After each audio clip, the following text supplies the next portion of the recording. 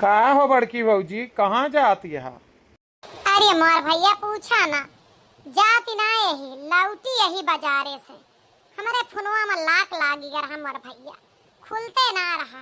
भागी भागी गए तक कौनो मियर खलाए, दांत के डॉक्टर के दुकानी पर जाए के फोन खुला। अरे भौजी तू कमाल करत हो।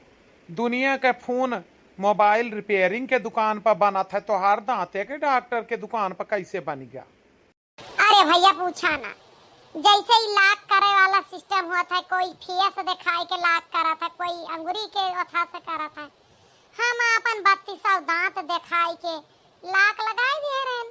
अब कलिया तोहार भैया के हमार झगड़ा बाबा हमें ढकेली दे का दांत हमार टूटी गवा।